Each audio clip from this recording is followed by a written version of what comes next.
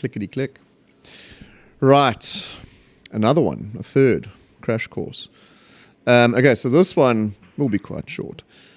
Shorter than short.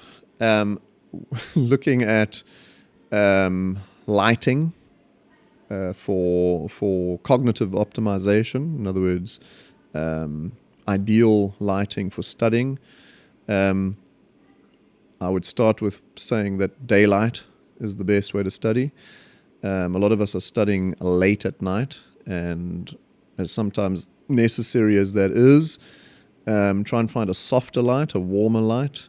Incandescent light, the old light bulbs that have filaments have a better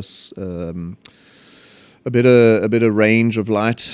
Spectrum is the right word. It has a fuller spectrum. It has infrared. It has everything through the oranges and the reds and then and very little blue.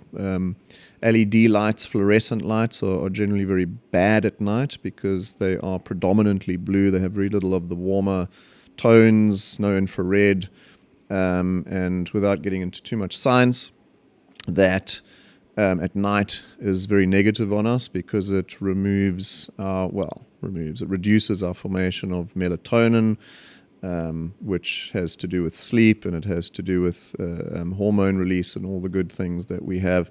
It disrupts our circadian rhythm, and so it actually have a long-term negative effect. If you're studying late at night under fluorescent or white LED lights, you'll probably find yourself quite sleepy the next day, unrested, and so on. So a warmer, softer light, preferably incandescent. In terms of writing, in terms of nutrition, don't eat before an exam, don't eat sweets and carbs and other processed foods, very processed things out of cardboard boxes and such. If possible, avoid that.